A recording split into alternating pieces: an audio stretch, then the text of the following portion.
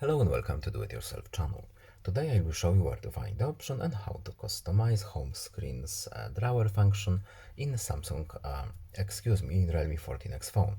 So first we need to go to settings. Then in settings we're looking for the home screen and lock screen option, and at the top we have the home screen.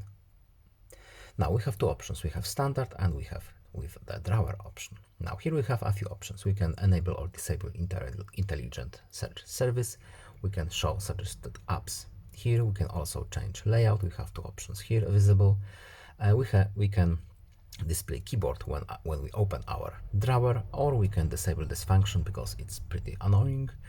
And also we have the option to add new apps to the home screen when we install them, and we can also add app search to our notification drawer.